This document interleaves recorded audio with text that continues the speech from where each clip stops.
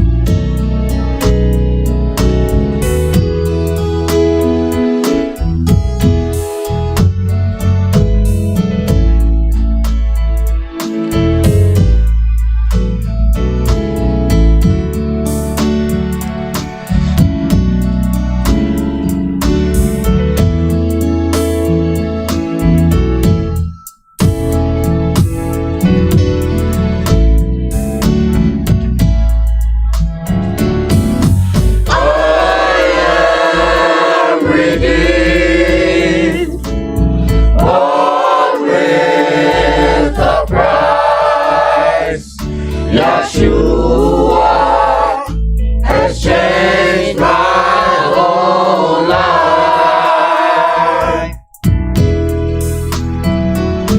If anybody asks you just who I am, tell them I am redeemed.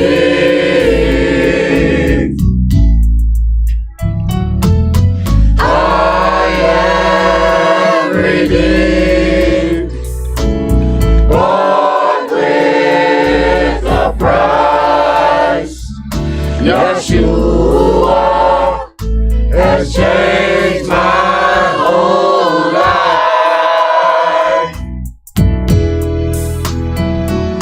If anybody asks you just who I am, tell them I am redeemed.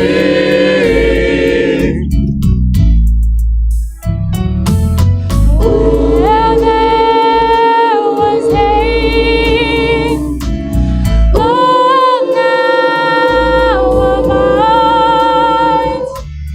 Where there was confusion, peace now reigns.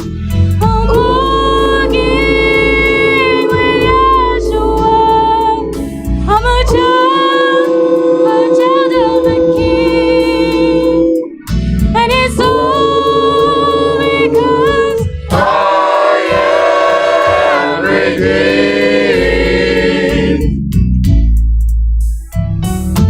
I tell all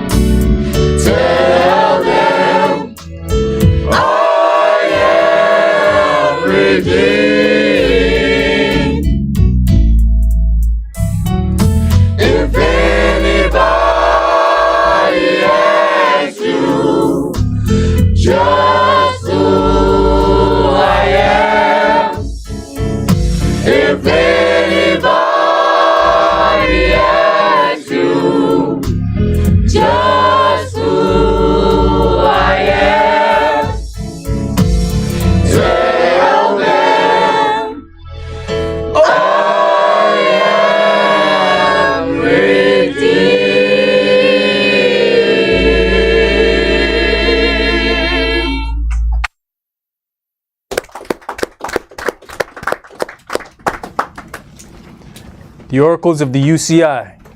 1 Peter chapter 4, verses 7 through 11. But the end of all things is at hand. Be you therefore sober, and watch unto prayer. And above all things have favorite love among yourselves, for love shall cover the multitude of sins. Use hospitality one to another without grudging. As every man has received the gift, even so minister the same one to another as good stewards of the manifold grace of Elohim. If any man speak, let him speak as the oracles of Elohim. If any man minister, let him do it as of the ability which Elohim gives, that Elohim in all things may be glorified through Yahshua the Mashiach, to whom be praise and dominion forever and ever. Amen. Ephesians chapter 4, verses 29 through chapter 5 and verse 4. Let no corrupt communication proceed out of your mouth, but that which is good to the use of edifying, that it may minister grace unto the hearers. And grieve not the Holy Spirit of Elohim, whereby you are sealed until the day of redemption.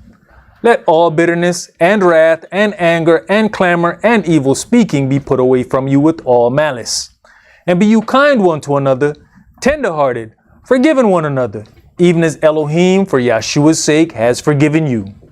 Be you therefore followers of Elohim, as their children, and walk in love, as the Mashiach also have loved us, and has given himself for us an offering and sacrifice to Elohim for a sweet-smelling savor. But fornication and all uncleanness or covetousness, let it not be once named among you as becomes saints. Neither filthiness, nor foolish talking, nor jesting, which are not convenient, but rather giving of thanks. Ecclesiastes chapter 5, verses 1 and 2. Keep your foot when you go to the house of Elohim, and be more ready to hear than to give the sacrifice of fools, for they consider not that they do evil. Be not rash with your mouth, and let not your heart be hasty to utter anything before Elohim. For Elohim is in heaven, and you upon earth, therefore let your words be few. Exodus chapter 23, verses 20 and 21. Behold, I send an angel before you to keep you in the way, and to bring you into the place which I have prepared. Beware of him and obey his voice.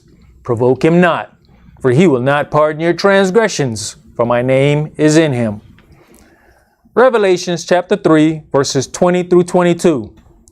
Behold, I stand at the door and knock. If any man hear my voice and open the door, I will come into him and will sup with him, and he with me. To him that overcomes will I grant to sit with me in my throne, even as I have also overcame, and am sat down with my Father in his throne. He that has an ear, let him hear what the Spirit says unto the churches.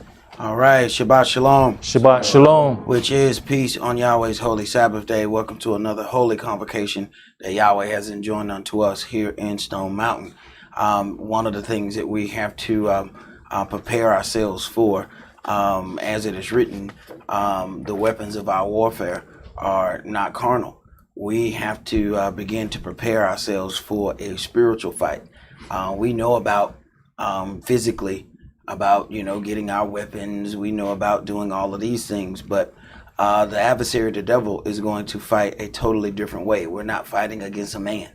And that's something that we are going to have to prepare for, which means that we're going to have to prepare ourselves for demonic possession. And that, in itself sounds like a strange preparation thing, but it's something that we're going to have to deal with. We understand that that those angels are going to have their war. And those angels will be looking for bodies to take control over, that they can do whatever they need to do using that body. And that's something that we are going to have to prepare ourselves for. Now, we are accustomed, we've witnessed Hollywood's version of demonic possession, where the heads spin around and they throw up green stuff. So then that's what we're thinking. That's not what demon possession may always look like. Demon possession can take any shape, form. It may be the nicest thing that you've ever heard. It just will be not according to what Yahweh's word is. Are you prepared to witness that kind of demon? Or you're only going to witness a different spiritual direction when it's over the top adversarial. Because understand, when the adversary came into the garden, it was some very, very slick wordplay that was being used. He didn't come in and just say, I'm gonna kill Adam, I'm gonna kill Eve, I'm gonna kill man, I'm gonna kill woman. No, he came in with a conversation. Are we able to witness that? And you can tell that by the spirit of what proceeds out of the mouth. And it's our own personal desires that are used to open up the door to those demons. When Yahshua has to come here and sacrifice himself for the children of Israel, Peter got to a point. Cephas says, no, that shall not happen to you. So what he wants is what's pleasing unto him.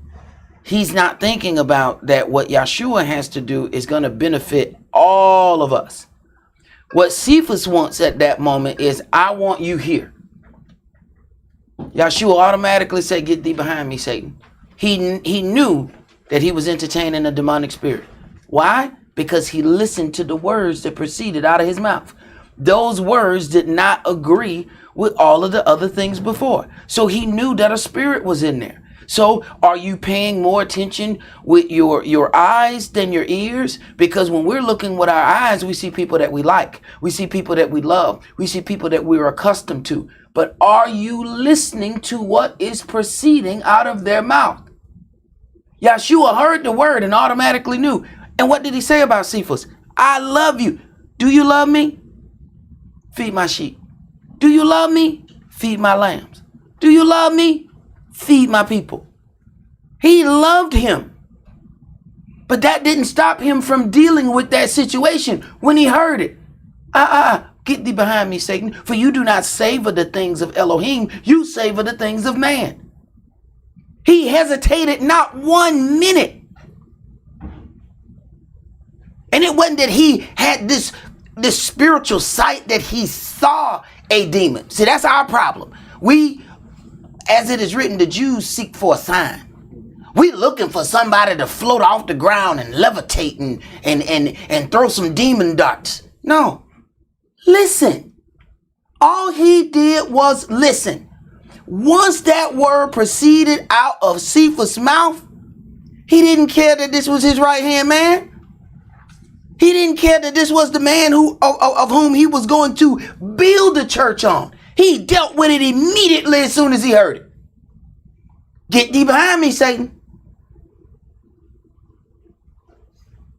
Do we have the power to do that? Are we gonna, take some different considerations because it's, somebody that we care about? You're not going to find a disciple that Yahshua didn't care about more than Cephas. You ain't going to find one. And he dealt with him swiftly. But do we see that and then think that ain't no love there? We're going to have to learn to notice and differentiate between what we call love and what we think is hate. As it is written, let us form man in our image. And Yahweh Elohim formed man from the dust of the ground and breathed into his nostrils the breath of life. And man became a living soul. To this day, when a man is in need of life support, air is breathed into his mouth to keep him alive. Job says, the spirit of Elohim is in my nostrils and the breath of the Almighty has given me life.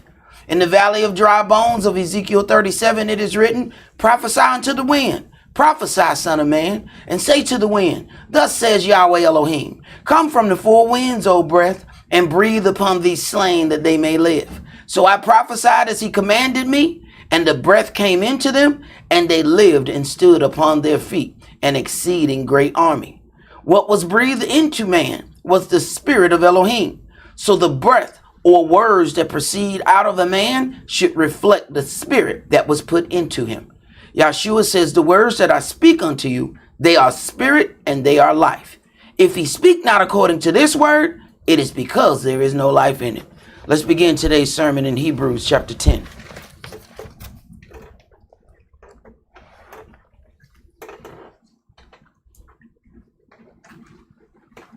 See, our first problem is believe that the adversary, the devil, is going to show up red with a pitchfork and a tail. So if you looking for that, you didn't witness the devil in the red dress because you was too busy looking at her tail. You didn't notice that one. But see, that's part of his game, to make you look for something. You get in this book, it says the adversary, Lucifer was the most beautiful angel. We keep looking for some frightening, demonic something that is just going to scare the pants off us. We won't be considering Mr. Tall, Dark, and Handsome, the smooth talker. We won't consider that. It says he was covered with all these precious jewels.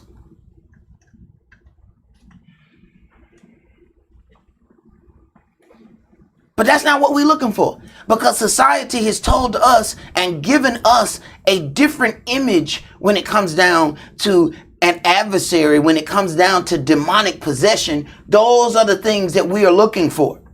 So we won't be looking when it shows up in another fashion or another form. So it very well could be that we're using the wrong senses. Instead of using your eyes, you have to learn how to use your ears. Because your eyes are going to tell you, this is somebody that I love and care about. But what does your ears say? Close your eyes and listen. Go ahead, bro. Hebrews chapter 10 and verse 1. For the law, having a shadow of good things to come, and not the very image of the things, can never with those sacrifices which they offered year by year continually make the comers thereunto perfect. For then would they not have ceased to be offered, because that the worshippers once purged should have had no more conscience of sins. But in those sacrifices there is a remembrance again made of sins every year. For it is not possible that the blood of bulls and of goats should take away sins. Wherefore, when he comes into the world, he saith, sacrifice and offering you would not, but a body have you prepared me. So even when we deal with this spirit of Israel that dwelt in this body of Yahshua, a body was prepared to hold the spirit. So you have to deal with that, whether it's good or bad. Spirits are not covered in flesh. So they will then have to take another form when it's time to do something here on earth. Let's go to Matthew chapter 1.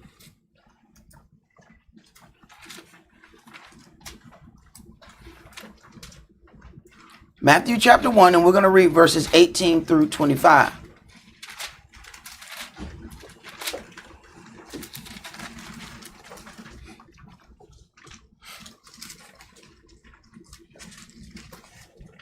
So a body was being prepared. So then we have to deal with how that body was prepared to hold the spirit of Elohim. Because if it's going to hold the spirit of Elohim, it can't be like every other body. See, the demonic spirits are looking for one thing to inhabit a body. The spirit of Elohim has to look for something different before it allows its spirit to dwell on a body. Go ahead. Now the birth of Yahshua Hamashiach was on this wise. When his mother Miriam was exposed to Yosef, before they came together, she was found with child of the Holy Spirit. Now, and we know this is an automatic deal breaker. That we engaged and I just found out you pregnant. You can't get no more of a deal breaker than that. That is automatic. We done. We need that. No more discussion. We engaged. But you done been engaged by somebody else. So it seems it's a deal breaker. Go ahead. Then Yosef, her husband, being a just man. You see what it says? Her husband. Once he is espoused to her, that means they are engaged to be married. The deal, the covenant has been taken. He is already listed as her husband, though he has not gone into her. They have made their agreement, their covenant. This is what it is. So then Yahweh knows the exact time when to intervene into a situation. Because before he's engaged to her, this wouldn't have taken place. See, there's certain things that Yahweh is waiting on. Once those things are made, then he can push to the next level. Once they are engaged, boom, now he can push forward. But he got to go before they come together. Go ahead. Then Yosef, her husband, being a just man and not willing to make her a public example, was minded to put her away privately. Right. Now, how many of us would have done that? If, our feelings done got all, involved. We engaged to a woman. We've been taking care of this woman. And then we find out she pregnant. How many of y'all gonna privately put her away and put her away? I understand. This is not keeping the matter quiet. Understand. If they find this out, they're gonna stone her to death. Understand what's happening here. See, that's the thing that people have to understand about mercy. We're so quick to thank Elohim for his mercy. But what about the mercy of that brother over there? That brother who heard you say all kind of things about him but still held it in. What about his mercy?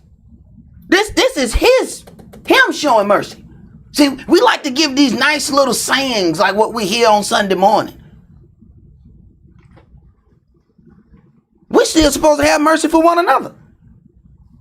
This is him showing mercy. Do we just look past that and we're going to give everything to Yahweh? If he said one thing, she dead. Go ahead. But while he thought on these things, behold, the angel of the Adonai appeared unto him in a dream. So you see, he didn't operate hot-headed. He meditated upon it. And upon his meditation, here comes his answer. But do we just automatically fly off because we got hot? Go ahead. Saying, Yosef, you son of Dawid, fear not to take unto you Miriam your wife, for that which is conceived in her is of the Holy Spirit. Now imagine trying to tell your friends that. No, she's pregnant by the Holy Ghost. Oh yeah? Well, what town he live in? Go ahead. And she'll bring forth a son, and you shall call his name Yahshua. Right. You gonna raise this boy that's not yours.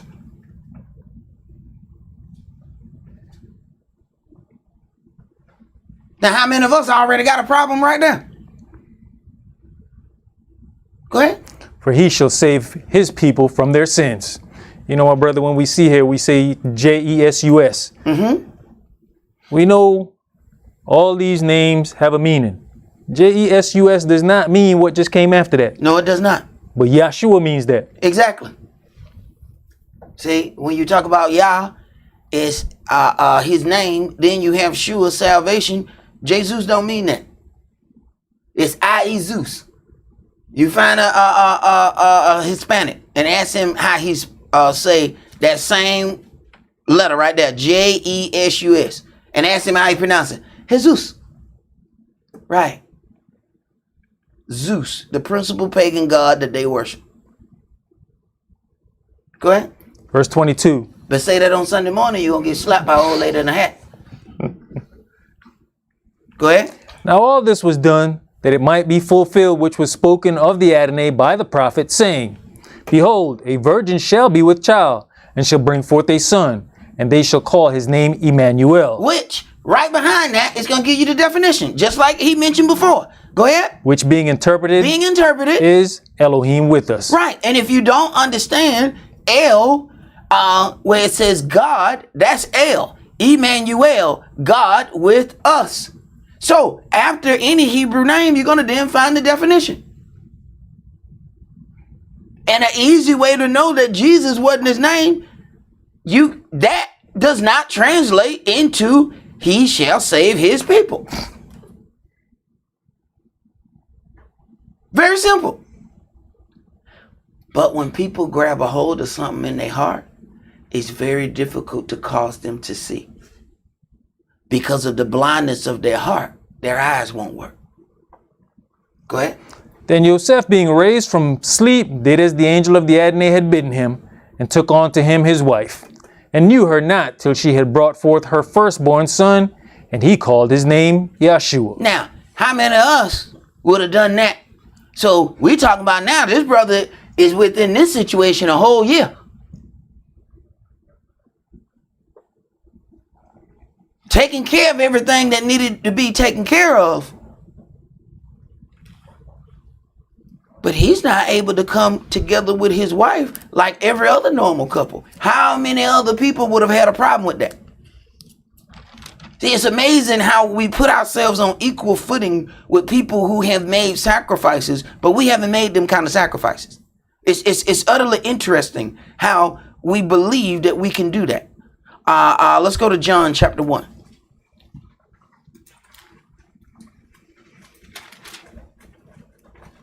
John chapter 1. And we're going to read verses 24 through 32. See, when we think about doing works for Elohim, we're thinking about, whether we swept the floor in the church, whether we set up the music stand, whether we did such and such. You don't get no deeper works than the works that you have to do internally in your own house. And that's the place where we clock in the least. This is his personal change right here. He got to go home every day and deal with a woman and everybody looking at him, and she keep getting more and more around.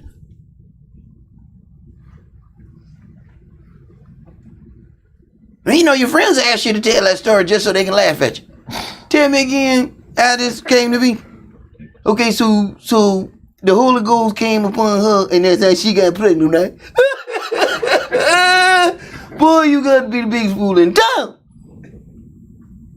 Ain't nobody thinking about the kind of stuff that he might have had to endure through all this, because ain't nobody ever heard of it. And we have a real problem when we get to things that is not normal to us.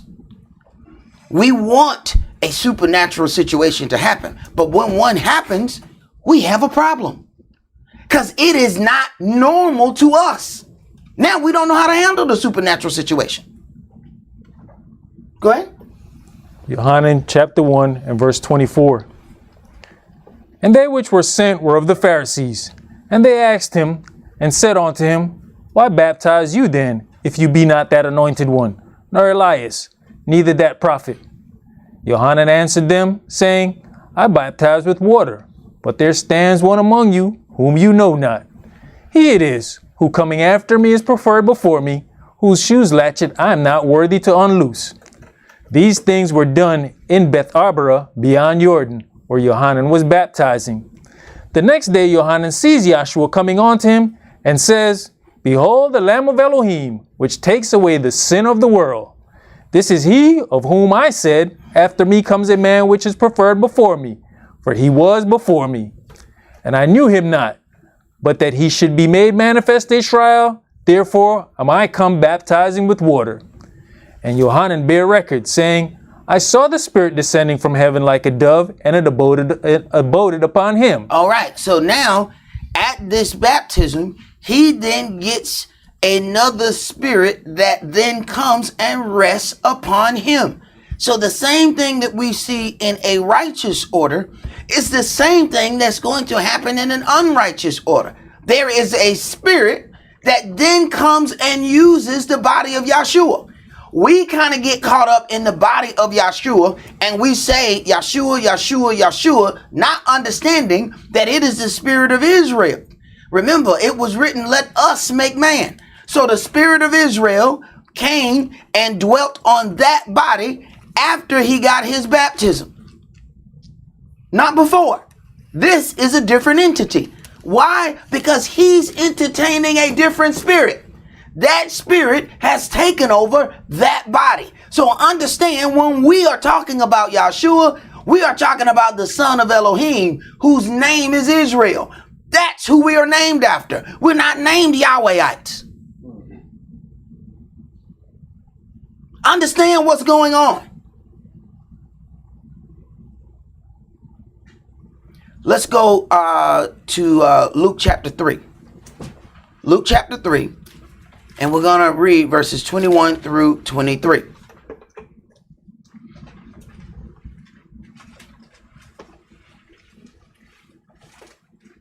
See, this is what was confusing unto people, because they were looking at the body of Yahshua saying, how can this man be the son of Elohim? Don't we know him, mom and daddy? Ain't this same dude that live down the street? How he gonna be blessed and how he come out of heaven? And we know when he was born. How he came out of heaven, when he came out of heaven. Because what we're doing is looking at the natural body instead of the spirit that descended in the bodily shape of a dove and rested on that body. It changed after that.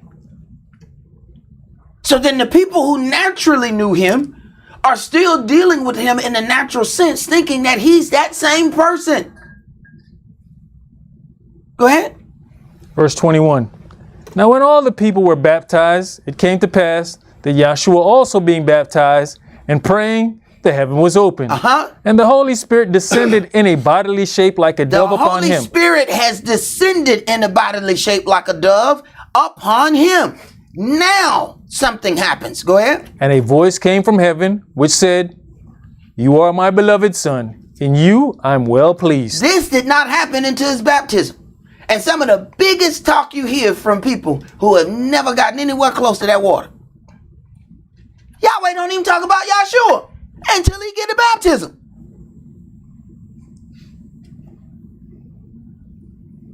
See, don't let that stuff fool you that you be seeing on TV where they got teenage Jesus, they got baby Jesus, they got midlife crisis Jesus, I need to get a Corvette Jesus. They got all these different Jesuses. They keep popping up.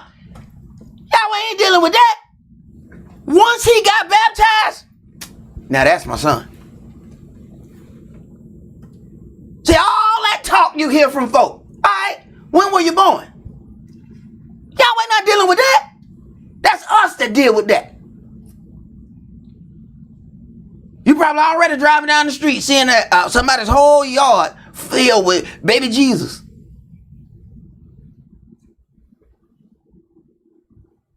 Yahweh didn't start talking until he got the baptism. So, all right, now we can talk.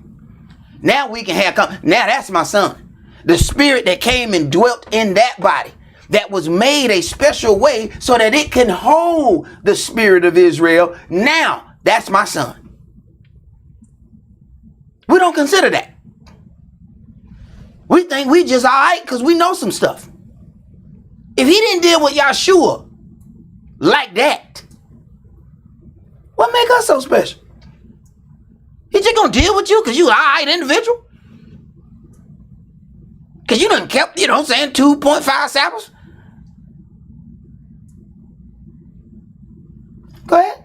And Yahshua himself began to be about 30 years of age. 30 years. What did we say about being grown?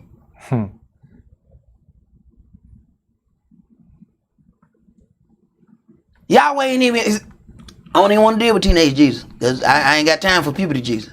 I ain't got time. No. He became, at 30 years old, it is now time to work. Here come the Spirit. This is my son. Now he has made this step. Now, clock in. Go ahead. Being, as was supposed, the son of Yosef. As was supposed, the son of Yosef. Because all they know, this is his daddy. This is the man that's raising him. Go ahead. Which was the son of Heli. All right, let's go to Luke chapter 10.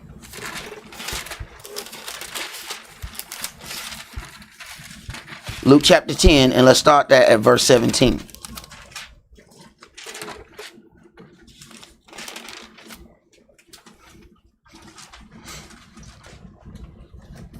And the 70 returned again with joy, saying, verse 16.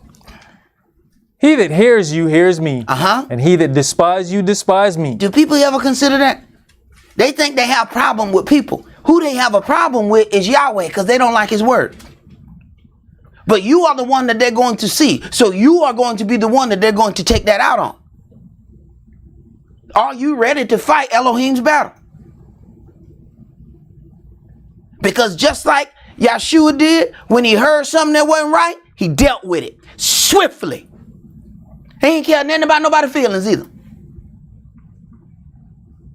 Go Go ahead. And he that despised me, despised him that sent me. It goes in a line. See, you can't, this is what you try to explain to people.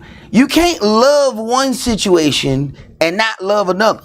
It goes in succession. See, when you despise Yahshua's words, you despise who sent Yahshua.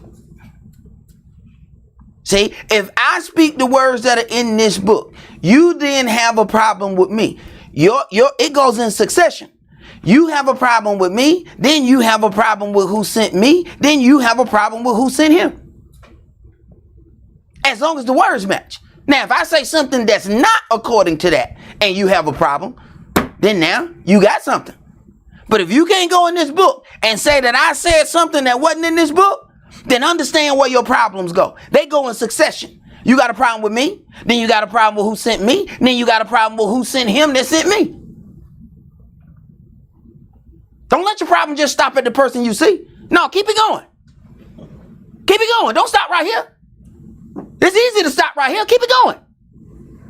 So that when it comes at that time for judgment, you won't be confused as to why he's placing this upon you. So that you won't get up there and say, I had a problem with Isaac. No, you had no problem with Isaac. No, you had a problem with me. Now, what he said, I can find right here on page 715. No, it ain't him you had a problem with. It was me you had a problem with. See, we ain't preparing ourselves for that. Because we too busy looking at flesh. Go ahead. And the 70 returned again with joy, saying, Adonai, even the devils are subject unto us through your name. And he said unto them, I beheld Satan as lightning fall from heaven. Now, it's got to be cold on the other side because I'm freezing. Oh, yeah. So I can only imagine what the sisters is going, can somebody do something with this? Over here? Hey, bro, where is my phone? Hey, bro. Hey, man. What are y'all doing, man? You trying to freeze the sisters out? You did this, brother. This is all your fault, Elijah. You did this. Look at it. What? Some little girl just showed up with a bomber coat on. Who that man? She got on snow boots. Come on, man. Come on. Appreciate that, brother. Go ahead. Verse 19. Behold, I give unto you power to tread on serpents and scorpions, and over all the power of the enemy, and nothing shall by any means hurt you. Notwithstanding, in this rejoice not. Don't rejoice in this. See, we rejoice in the wrong things. Go ahead. That the spirits are subject unto you, but rather rejoice because your names are written in heaven. Check that out. The spirits are subject unto you. Because you deal with the word of Yahshua, you have power over these spirits. Go ahead. In that hour Yahshua rejoiced in spirit and said, I thank you, O Father, Adonai of heaven and earth, that you have hid these things from the wise and prudent and have revealed them unto babes.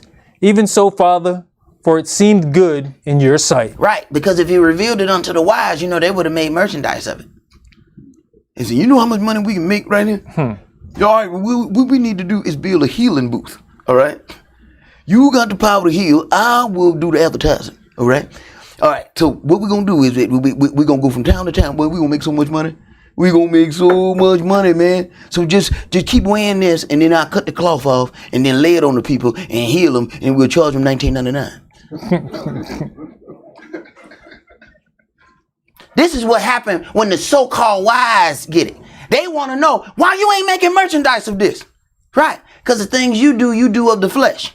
See, the things that are done of the spirit, they're not trying to get money like that. But that bothers the so-called wise. Why are you not monetizing this? Do you understand how rich we could be? Right. And you're going to have to answer for every dime that you received doing that little game. Go ahead. All things are delivered to me of my Father, and no man knows who the Son is but the Father, and who the Father is but the Son, and he to whom the Son will reveal him. And he turned him unto his disciples and said privately, Blessed are the eyes which see the things that you see. For I tell you that many prophets and kings have desired to see those things which you see, and have not seen them, and to hear those things which you hear, and have not heard them. And behold, a certain lawyer stood up and tempted him, saying, Master, what shall I do to inherit eternal life? He said unto him, what is written in the law? Right. Now say that to somebody. This is New Testament. He didn't say, what shall I do to go to heaven? So that automatically tells you that it's a different spirit that's coming out behind some altars than coming out behind others. What shall I do to inherit eternal life? He never asked the question about going to heaven. Then, in the New Testament, what does his answer say? What is written in the law? What other people tell you, don't read. So then you start to understand how we get certain spirits among us, because there's certain things that we just don't want to deal with. Yahshua automatically says, what's written in the law? How you read that? How you asking me, what shall you do to inherit eternal life? Don't you read the law? What's your problem? Why would you ask me something like that? See, we think, so you gonna go to heaven, then you're gonna be nice, you're gonna be nice to everybody, you're gonna hug everybody, you're gonna tell them how much you love them, you care them, and how special they are, and you're gonna tell them that, and then God gonna see it, and he's gonna say, oh my God, you're so nice, come on up here.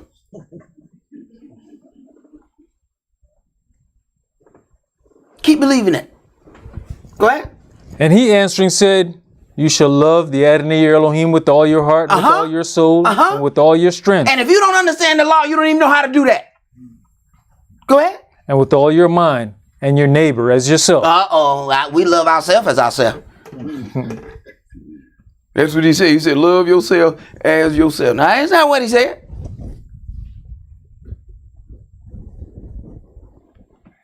Go ahead.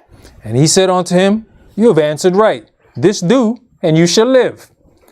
But he, willing to justify himself, said unto Yahshua, and who is my neighbor? This was a wonderful question. I'm glad he was talking too much, because talking too much led a teaching opportunity or a learning opportunity for the rest of us. Who is my neighbor? Okay, go. And Yahshua answering said, a certain man went down from Jerusalem to Jericho and fell among thieves, which stripped him of his raiment and wounded him, and departed, leaving him half dead. And by chance there came down a certain priest. A priest. Go ahead. That way. And when he saw him, he passed by on the other side. He passed by on the other side. See? So, even understanding Yahweh's word, do we get to a point? Well, man, I'm glad that wasn't me. That ain't got nothing to do with me. It didn't happen to nobody in my house. This ain't got nothing to do with me. I'm good. Let me walk on the other side of the street, because he might make me dirty with his blood. Who is my neighbor? Do we get to pick and choose? This ain't got nothing to do with me. I didn't harm the person. I am not harmed. I'm going to keep on going. This ain't got nothing to do with me. Read. And likewise a Levite, when he was at the place, came and looked on him, and passed by on the other side. But a certain Samaritan, as he journeyed, came where he was, and when he saw him, he had compassion on him. He had compassion on him. But do we just have compassion on the people that we hang out with? What happened if somebody had, something bad happened to somebody that you don't hang out with? I guess that's not our neighbor. Go ahead. And went to him and bound up his wounds, pouring in oil and wine, and set him on his own beast, and brought him to an inn, and took care of him. And on the morrow, when he departed, he took out 2 pence, and gave them to the host, and said unto him, take care of him, and whatsoever you spend more, when I come again, I'll repay you. Which now of these 3, think you, was neighbor unto him that fell among the thieves? Which one was neighbor unto him? Was it the priest? Was it the Levite? Or was it the stranger? The ones who knew the most. See, this is that thing where you listen to people and they brag about how long they've been in the word. The ones who knew the most word were the worst neighbors. Right. Read. And he said, he that showed mercy on him. See, we want to deal with Yahweh's mercy. We're not dealing with the mercy that we're supposed to show to one another. Go ahead. Then said Yahshua unto him, Go and do you likewise. Go and do you likewise. The same thing here.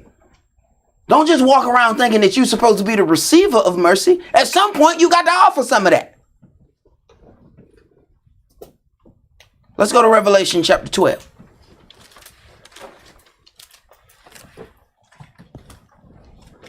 That's when you know you're in an upside down friendship, when you're always the one giving.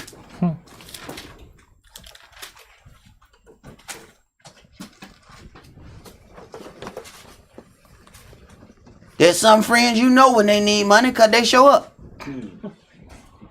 That's when they call you. Hey, friend. How much? How much? I'm just trying to see if I got it or not. How much? What you mean, how much? That's the only time you call. That's the only time I see you. When you want something. Go ahead. There was war in heaven. Revelation chapter 12 and verse 7. There was war in heaven. Michael and his angels fought against the dragon, and the dragon fought and his angels. I'll say, okay, so look at what we see here. There's a division in heaven. Yahweh had, all the angels supposed to be Yahweh's angels. Let's just go ahead and clear the air right there. But because of a clique-based situation, Lucifer has grabbed angels who agree with his direction. So now you got two sets of angels. Are you paying attention? If Yahweh got to deal with this, what make you think we don't have to deal with it? What make us so special? So here it is, his creation, in his place that he created, he still has to deal with cliques. We're running with Lucifer. So now you have a fight that has to happen between the angels that Lucifer has pulled off to himself and the ones that decided, no, we're going to follow the instructions that was given unto us. Go ahead. And, you know, when you look at this situation, he had to pull off a lot of angels for there to be a war. Exactly. If it was a few of them, they'd be like, no, we good. There's got to be enough. Exactly. And how did he do it? Constantly talking, saying something different. What did he say? You will not surely die. Boom. Now he done already pulled somebody on his side. Why? Because he gave a so-called nicer version of the word than what Yahweh gave. And we didn't even notice when the demon creeped in our house. It gave another version. And the devil sitting on your sofa. Go ahead. And prevail not, neither was their place found any more in heaven. And the great dragon was cast out, that old serpent, called the devil and Satan, which deceived the whole world. He was cast out into the earth, and his angels were cast out with him. So now, understand what's going to take place. We're talking about an increased number of demons, which are angels that we call them demons, the ones that have left their estate. They are no longer following Yahweh, but they still got powers. And now they following the adversary. So now they are no longer allowed to come and go in heaven. So now they come here and they're looking for bodies to inhabit.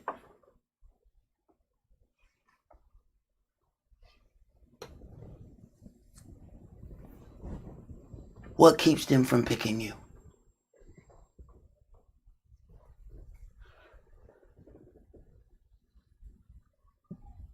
Go ahead, bro. And I heard a loud voice sing in heaven, Now is come salvation and strength and the kingdom of our Elohim and the power of his anointed one. For the accuser of our brethren is cast down, which accused them before our Elohim day and night. So first he talks to you. He convinces you against Yahweh's word. Then he goes to Yahweh and make an accusation against you after he convinced you to turn away from the word. Yeah, that's a slick deceiver right there.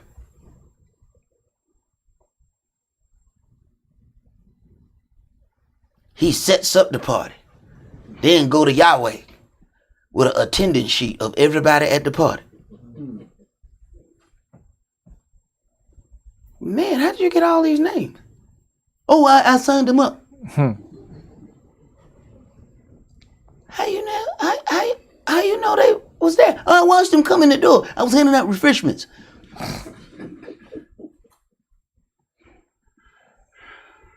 And then he exits the party. All right, y'all, I'll be back. Y'all think he going to get more refreshments? No, he like, Yahweh, I saw Mishael, I saw Yonah, I saw Kid. Here go the list. I printed it out for you. I also sent it in an email. So you can just download the list. Right. Go ahead. And they overcame him by the blood of the Lamb, and by the word of their testimony, and they loved not their lives unto the death. Therefore rejoice, you heavens, and you that dwell in them.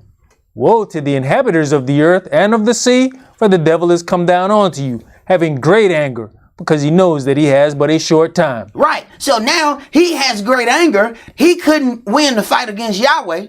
So he says, you know what? I know how I'm going to punish Yahweh. I'm going to get them people. That's how I'm going to get to Yahweh. But understand, this is the adversary we're talking about here.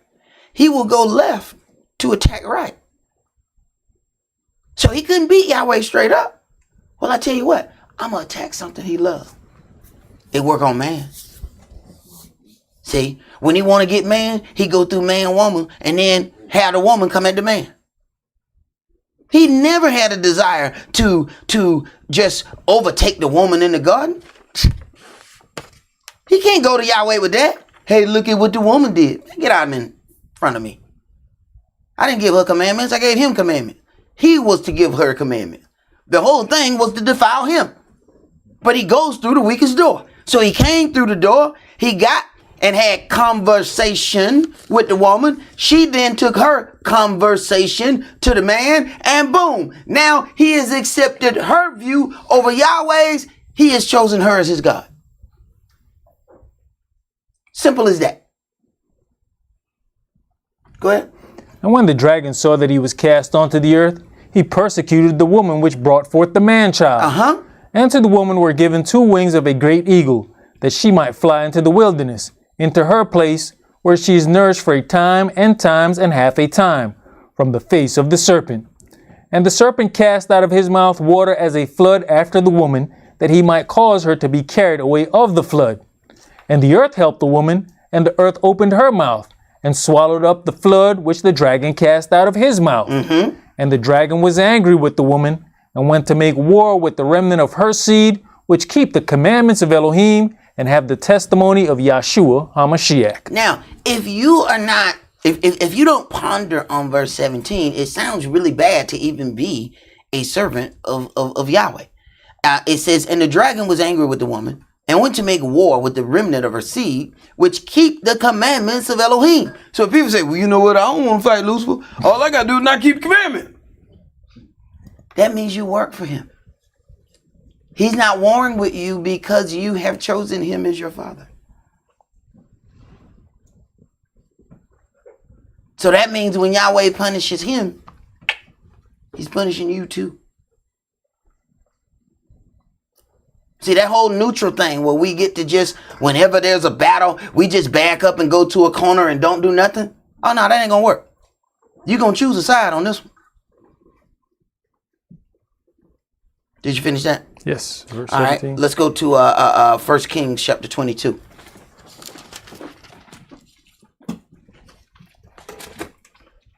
See, ain't finna be no neutral. You know what, Yahweh, I'm just going to sit this one out. I just, I'm going to see whichever one of y'all win, and then I'm going to join that side. All right. 1 Kings Chapter 22. And let's start at verse 20. And Yahweh said, who shall persuade Ahab, that he may go up and fall at Ramoth Gilead? And one said on this manner. One said on this matter. Go ahead. And another said on that manner. Okay. And there came forth a spirit. A spirit. Go ahead. And stood before Yahweh. And said, I'll persuade him. Go ahead. And Yahweh said unto him, wherewith? And he said, I'll go forth, and I'll be a lying spirit in the mouth of all his prophets. Wait a minute, wait. But I will be a lying spirit in all his prophets. One spirit. One spirit, but all of them telling the same lie. Why you think Yahshua could hear when Cephas started talking? Get thee behind me, Satan. One spirit, but all the prophets telling the same lie. So what do? Listen to the words that proceed out of somebody's mouth, and it's going to automatically tell you. See, if you're looking at them, you're going to have pomp and circumstance. This is my friend. This is my loved one. This is somebody I've known for many years. Close your eyes. Listen. Close your eyes and listen. That is not of Yahweh. That's a demon talking. That look like my friend. They walk like my friend. But that talk is of the adversary, the devil. Go ahead. And he said, you shall persuade him and prevail also. Go forth and do so. Now therefore, behold, Yahweh has put a lying spirit in the mouth of all these your prophets. All these. One spirit is lying through all of them. This is just one. Understand, it's angels that's coming that are going to be evicted out of heaven. One spirit is lying through all of them. That's why you can tell who all is entertaining the same spirit. They speak the same way. So you listen to the words and say, that sounds familiar. Go and say, brother, did you hear such and such? Yeah, I heard another brother say that last week. Interesting. Boom, you hear something. Oh, that sounds familiar. I heard that same thing being said by somebody else 2 years ago. Why? Because the same spirit is using them both. Listen. Go ahead. And Yahweh hath spoken evil concerning you. All right. Let's go to Luke chapter 11. See, if you keep looking at people, you're going to have a problem. Because the spirit can jump from person to person in the room. And you keep looking at people. Stop looking at people, because when you focus all your energy on that person, then the spirit, that lying spirit, gets up and moves to the person at the row behind them. Now you are still focused on that individual, thinking that that individual is your problem. Your problem is the spirit that person is entertaining. And the only way you're going to know where that spirit go is to listen to the words that proceed out of their mouth.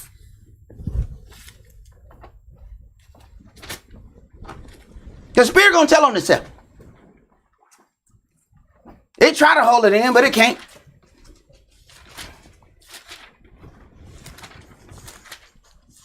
You watch First 48, they be gangsters. Yeah, man. I ain't answering no question. What happened? Yeah, I tried to call you. I'm so sorry. Oh, I put them in the trunk and I duct taped them and then I choked them and then I put them and they on 57th Street. They claim they tell, but that spirit gonna tell. Go ahead. I was just gonna say that's the problem with becoming complacent. You know, if then you think you've been walking long enough and you got it. I pray that I never become that way. Hey, man, that's one of the things, you know, that you have to always be in that position that you can accept correction and accept growth. There's certain things that Yahweh will leave you on one level for 4 or 5 years. Then when he get ready to bring you up on another level, do you argue with him? Some of us do. No, Yahweh, I'm fine where I am. I don't want to know nothing else. You know, I done learned all I needed to learn now. Now don't teach me nothing else now. Don't give me no more sight now. Come on, stop this, Yahweh. Because we done got accustomed to where we are. Go ahead. Luke 11, and let's read verses 24 through 28. When the unclean spirit is gone out of a man, he walks through dry places, seeking rest and finding none. Right. So then when you get to a point where you have exorcised the demon, either out of yourself or somebody out of your house, don't just sit around and be happy. Because that demon remember where it came from. That demon know its address. Go ahead. You know, and you were talking about when we see the attributes that we've seen in somebody else, we got to look at what it said. He walks through dry places seeking rest. Seeking rest. He's seeking somebody to inhabit. So it's trying to find another willing participant who is like the individual I just came out of. They look for those characteristics because that is something that is comfortable for me. So it's looking, seeking rest, and finding none. Now he makes a decision. Go ahead. He says, I'll return unto my house from whence I came out. In other words, let me go back to the other person that was healed and I was pulled out of that individual. I'm going back. So don't turn around and be happy. Yeah, I can cast out the demon. The demon gone. The demon just walking around the block. Yeah, I'm coming back. Yeah, I'm all right. Mm-hmm. What say against Debo? When Debo leave, when he said I shut up. Well, when he leave, I be talking again. Right. That demon coming back. If he don't find somewhere else to go, he coming right back to the same place. Because I know I can live there. There's something about them that opens up for me to live inside of them. See, this is a spirit. But to do something, it needs a body. If Israel needed a body, what makes you think the demon doesn't need a body? He needs a body to perform the task that he needs to perform. And if he doesn't find a willing participant, he knows where to go. So yeah, I might have been cast out. But let me see if that house is guarded. Because if not, I'm finna walk right back in it. I know they don't close that bathroom window. I'm going in. I know where to go in it. So that's one thing about it. Once a demon done been in your house, he done took inventory. He took inventory. He know where you keep all your weapons. He know where everything at. Because you don't let him come in there. He know everything. He know where you put that little key that you hide. So he ain't got to break the door. He in. He's sitting down on your sofa watching TV when you get home. Welcome home. I've been waiting to possess you. Go ahead. And when he comes, he finds it swept and garnished. Then goes he and takes to him 7 other spirits more wicked than himself. And they enter in and dwell there. And the last state of that man is worse than the first. So now the person was better off just having the one demon. After the demon comes back around, he brings friends. So now it's a demon party going on inside of there. Now it's even more difficult to figure out what all that demon is doing inside that individual, because it won't be one demon talking. It'll be 8. So at one minute, one demon talks. At another minute, another demon talks. And then you are getting confused because it's not one person talking. There's 8 different demons in that person. So they're like, no, give me the mic, let me talk. No, Esau, let me tell you this. And you get ready to do that, and then something else comes, and it's off the wall. And you're like, where that came from? That was another demon talking. So you think that you just going up, you against a demon, you having a conversation with one individual. It may be 1 against 10. They got 10 demons in there. What it says, what is your name? It says, we are legion, for we are many. There's too many of us to give us one name. You know how many in here?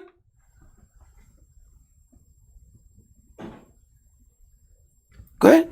Verse 27.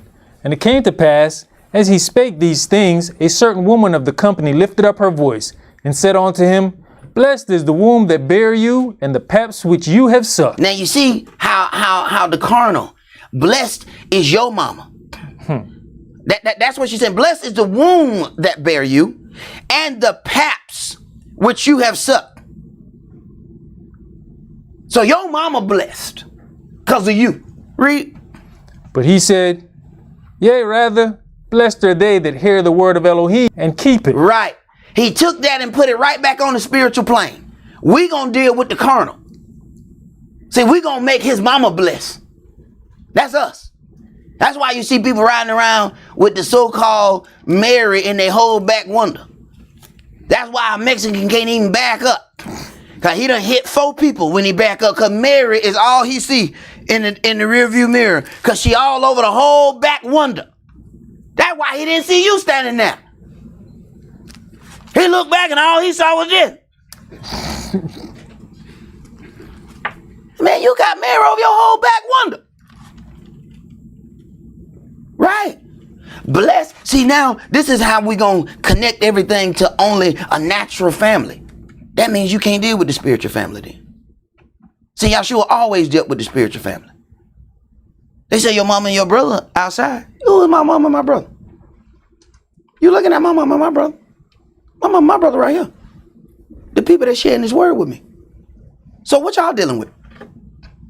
See, y'all dealing with some natural stuff. That ain't what I'm dealing with. Let's go to Matthew chapter 8. See, everybody claim to love Yahshua. When you start getting down into his doctrine, you find out they hate Yahshua. They talk all that love talk. Man, they hate Yahshua. Because Yahshua was about his father's law. They talk all that love talk. They talk so sweet. They talk so nice. Man, they hate him. That's why it says the haters of Elohim shall be dealt with. They shall be revealed. They hate him. And their words is how you gonna know who the haters of Yahweh really are. Matthew chapter 8, and let's read verses 28 through 34. And when he was come to the other side into the country of the Gergesenes, there met him 2 possessed with devils, coming out of the tombs, exceeding fierce, so that no man might pass by that way. And behold, they cried out, saying, What have we to do with you, Yahshua, the son of Elohim? Are you come hither to torment us before the time? Now understand what the demons know. They automatically know who Yahshua is. They're not looking at the physical man. They're looking at the spirit that has possessed that body. They are not talking to Yahshua, the man. They are talking to the spirit. Not only do they know who he is in spirit, they know what time this fight is supposed to happen. They say, have you come hither to torment us before the time? It ain't time for the war yet. Why are you running up on us? Go ahead. And there was a good way off from him an herd of swine feeding. So the devils besought him, saying, If you cast us out, Go ahead. Suffer us to go away into the herd of swine. In other words, we need a body. All right? So if you're going to pull us out of here, it's not time for you to torment us yet. So who were these miscellaneous demons? Because they wasn't Lucifer himself. These are some of his angels. And they know it ain't time for you for this war yet. So if you do cast us out, put us into the swine. I mean, everybody's supposed to be eating them anyway. So if they eat them and then we get into them, that's their own fault. That's their own fault. They had no business eating them. They had no business eating them. Just come on now, Yahshua. Just put us in the swine. Go ahead. And he said unto them, Go. And when they were come out, they went into the herd of swine. And behold, the whole herd of swine ran violently down a steep place into the sea and perished in the waters. The dumb swine had enough sense to know, we don't want to live with this. We let the spirits, the devils, get comfortable inhabiting our body. The swine, the dumb swine, had enough sense to say, you know what? We're not going to live like this. Go ahead. And they that kept them fled and went their ways into the city and told everything and what was befallen to the possessed of the devils. And behold, the whole city came out to meet Yahshua, and when they saw him, they besought him that he would depart out of their coast. Now, you see how folks deal with it. You know, you done came here casting out demons, but then them demons jumped into the swine. We don't want you to come here no more. Yeah, but this is the one that heals men. Yeah, well, heal men somewhere else. Don't come here no more. See, this is what happened when you deal with Yahweh's thing. You don't get that it really cramps the style of other people. Because there's other people that are making merchandise off people not being healed. There's people that say, you know, I like them broke. Don't fix them. Some of your friends get mad at you if you start fixing some issues with you. Hey man, why you don't hang out with us and drink all night?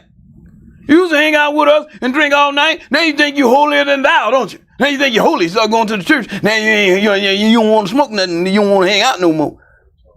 You know what I'm saying? Look at all this good drink we got here. See? And look at all these harlots we got in here. Look at that. You don't want none of that? You don't want none of that? Look at that.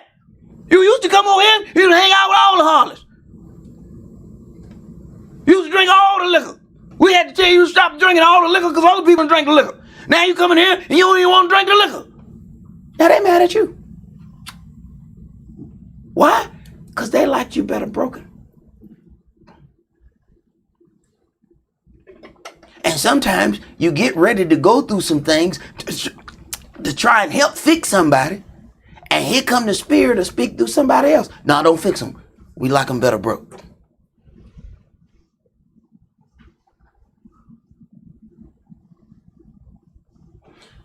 Where we at, brother? We going over to Yohanan chapter 8. All right. Yohanan chapter 8. And let's start that at verse 39. They answered and said unto him, Abraham is our father. Yahshua says unto them, if you were Abraham's children, you would do the works of Abraham. If you were Abraham's children, you would do the work of Abraham. So you are the sons and daughters of whoever deeds you do. So if you are a liar, then your father is the devil, because he is the maker of a lie. Understand, you pick your spiritual daddy. You weren't able to pick your natural daddy. Your mama picked that one. But your spiritual daddy, you got the right to pick that one. You pick that one by whomever deeds you do. Go ahead. But now you seek to kill me, a man that has told you the truth. And that's what the truth gets you in most circles. I'm going to kill him. Go ahead. Which I have heard of Elohim. This did not Abraham. You do the deeds of your father. Then said they to him, we be not born of fornication. We have one father, even Elohim. Yahshua said unto them, if Elohim were your father, you would love me, for I proceed forth and came from Elohim. Right. If Elohim was your father, then the words that proceed out of my mouth would not be strange to you. Why are the words that are proceeding out of my mouth strange to you? If Elohim was your father, you would recognize his words. Yahshua said, if you love me, keep my sayings. So why is this word confusing? Because you are none of his. That's why it's confusing to you. Go ahead. Neither came I of myself, but he sent me. Why do you not understand my speech? Why do you not understand my speech? Why is this confusing? Because you somebody else's son. Because you somebody else's daughter. Go ahead. Even because you cannot hear my word. You are of your father the devil, and the lust of your father you will do. He was a murderer from the beginning, and abode not in the truth. He abode not in the truth. Go ahead. Because there's no truth in him. When he speaks a lie, he speaks of his own, for he is a liar and the father of it. He is a liar and the father of it. And if you know anything about using anybody else's creation, you know you owe them, right? You don't just get to use something that somebody else created. See, they call it in the music business royalties. You use this person's creation, you owe them royalties. So Lucifer said, oh man, hey, how you doing? Look, I heard you lie the other day.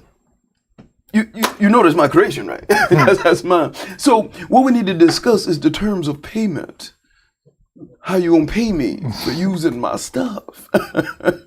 You probably should have negotiated with me before you used it. Because see, now the negotiation is all in my hands.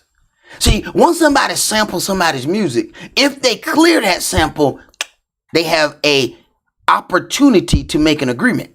Once they use that sample and already sell that song, the times of negotiation are gone. Now it's whatever they ask for, because you have used my creation without my permission. Now I put whatever price on you I want. So I want 90%.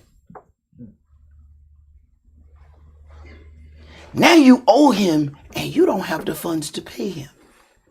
Now you got to do the odd jobs for Lucifer. Go ahead, brother. And because I tell you the truth, you believe me not. Which of you convinced me of sin? And if I say the truth, why do you not believe me? He that is of Elohim hears Elohim's words. He that is of Elohim hears Elohim's words. Why is it that you cannot hear Elohim word? Because you have taken on another spirit.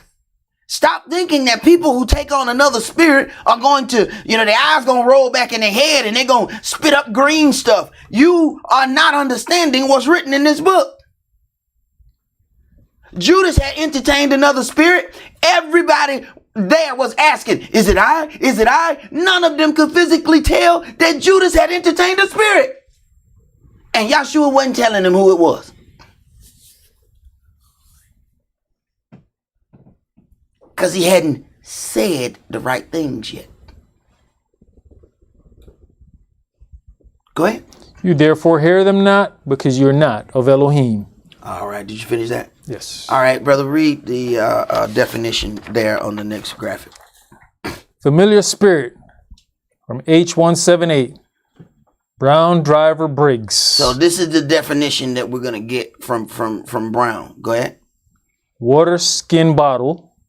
Necromancer. Necromancer, familiar spirit. Go ahead. Necromancer, one who evokes the dead. Ghost, spirit of a dead one. Practice of necromancy, one that has a familiar spirit. So then when we have and we deal with a familiar spirit is they are dealing with those of the dead. When we deal with familiar in the regular sense, it's something that we have grown accustomed to, but normally it's the same way. It's someone that's spiritually dead that we are trying to deal with. Let's go to 2 Thessalonians Chapter 2. See, we have the walking dead among us.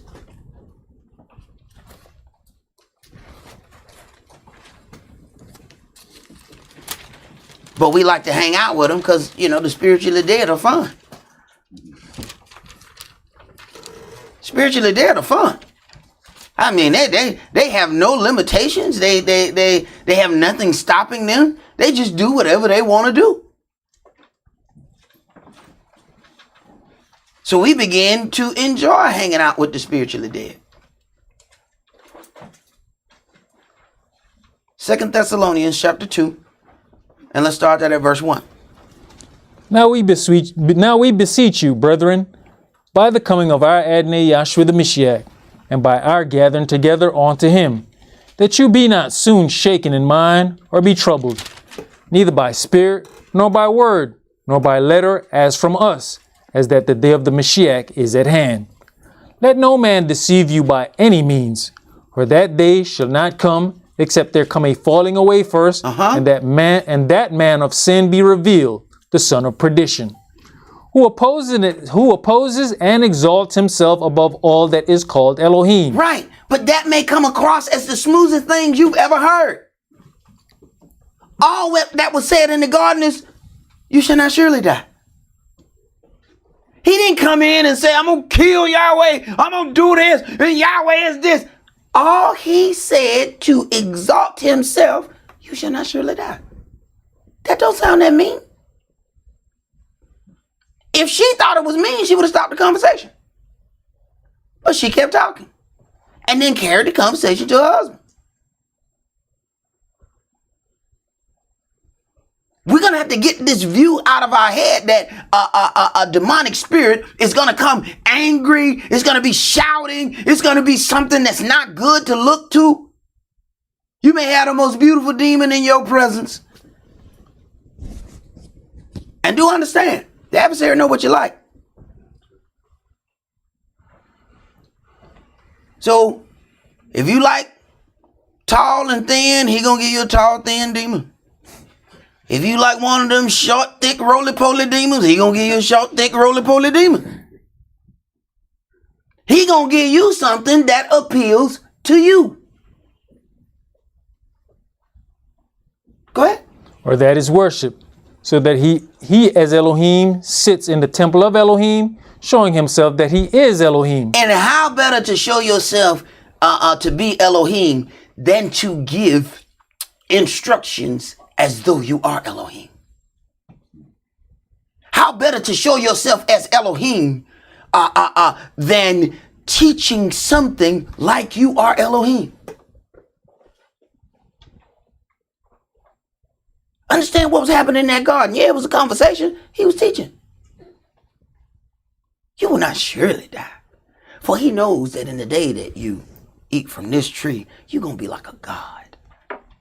Now, there was a bit of truth in that. When they ate, their eyes was open.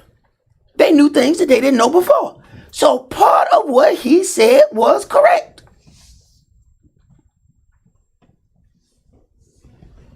And he knew exactly how to twist it. And understand at that point, Lucifer became their God, whether they knew it or not. You have to understand the power. He was never after the woman. He always wanted the man. So if he can go in, deal with the woman, get the woman to then deal with the man, he then causes the woman's words to come out of the man's mouth. Boom, he got him. That's who he wanted to start with. He just used her to get to him. Go ahead. Verse 5. Remember you not that when I was yet with you, I told you these things? And now you know what withholdeth, that he might be revealed in this time.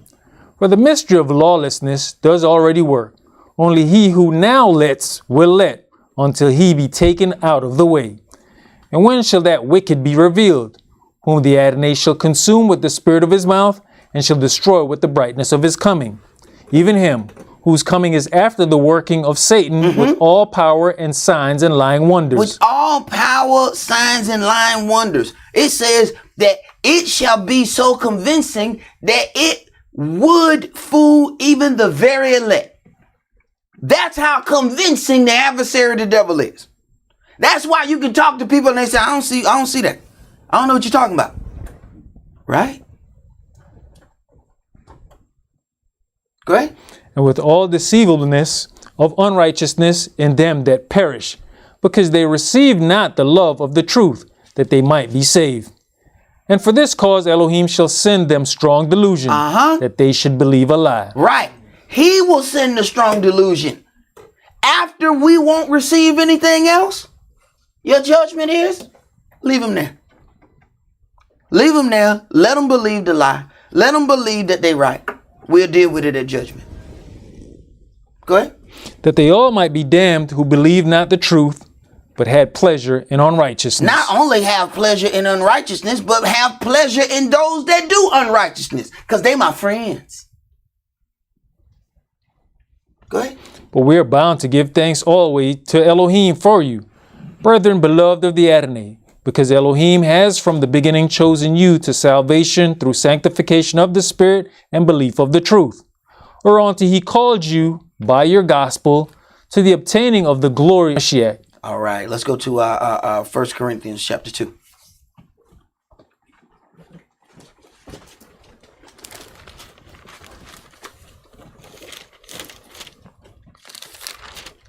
See, when we understand, as it is written, it's the spirit of his mouth.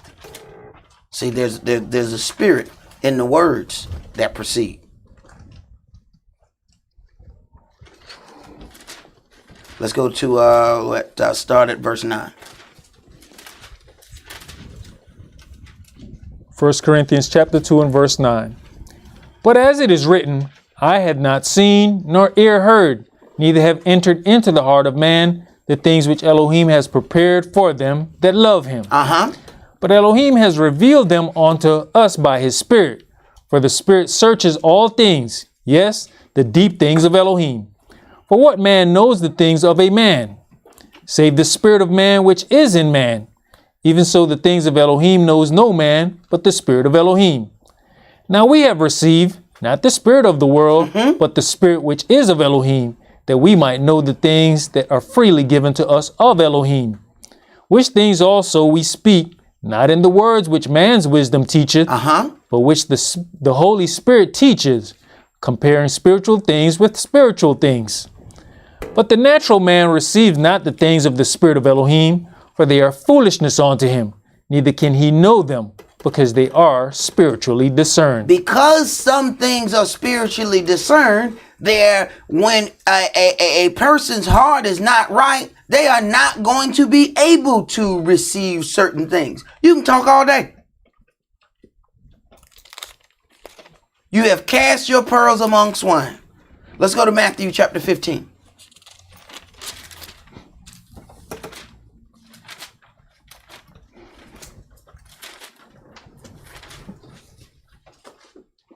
Matthew chapter 15, and let's read verses 10 through 20.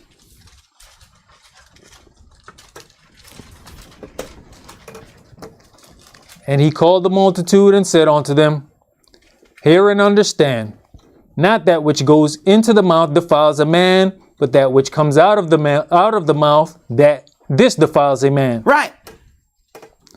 But see, we'll spend more time trying to research everything we eat. Oh, it's enzymes in here. Oh, this has got this in it. Oh, this has got that in it. Oh, don't eat this right here. This right here will make you feel different inside. It'll mess with your internal organs. Then we'll let anything fly out of mouth that does not agree with this word. That was what defiled you. You could have ate a whole pig and been better than saying the word wrong.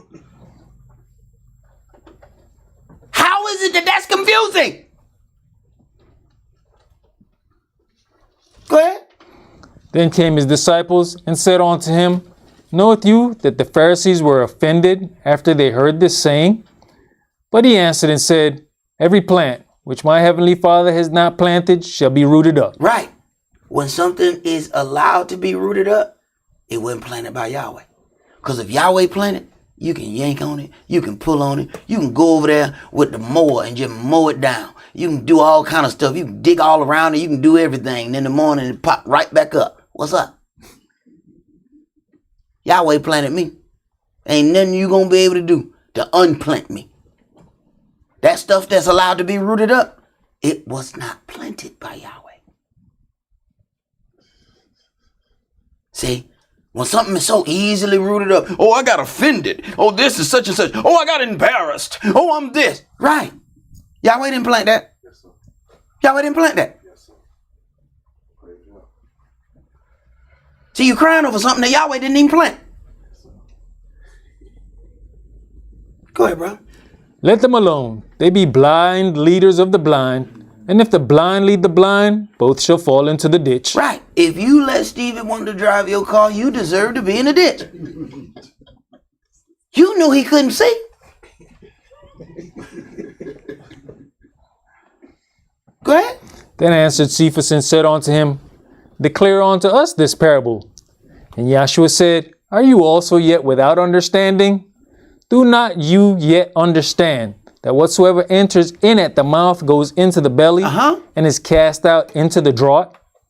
But those things which proceed out of the mouth comes forth from the heart, and they defile the man. That's how you know what's in somebody's heart, because it come out of their mouth. But see, this is where you let your eyes tell you something different. Well, somebody insults you, but then they'll smile. So you looked at the smile and didn't take it for the insult that it really was. Or you look at the person and they look physically attractive.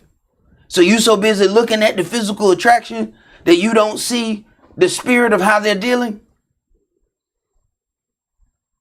Sometimes you need to close your eyes. You got too many senses working at the same time. Close your eyes and listen. See, we have forgotten that before there was TV, there was radio.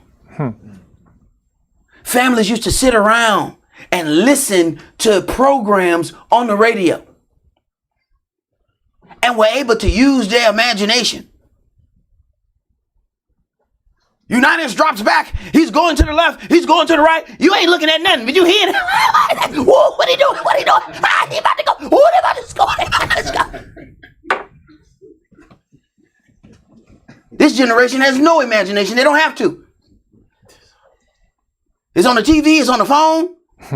It's on the tablet. It's on the computer. So now you have other means that are pulling you away, making you think that this is one thing when it's really something else. Close your eyes and listen. Whenever a person loses one sense, the other sense gets stronger. You find that people who can't hear, their smell, they start to depend on their smell. Or if they can't see, they can, hey Kish, how you know it was me? Because I know how you smell.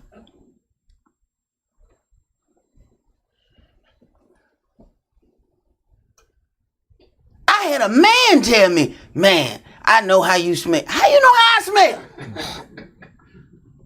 He said, man, what is that you always wear? And this white man, physical therapist. See, you smell a certain way. I said, oh, that's frankincense and myrrh. I said, here, take that bottle, that's yours. I thought that white man was going to kiss me.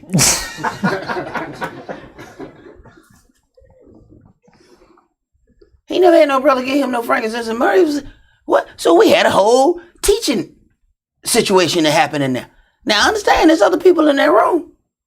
And they all just, everybody stopped talking every time I start talking. They all listening.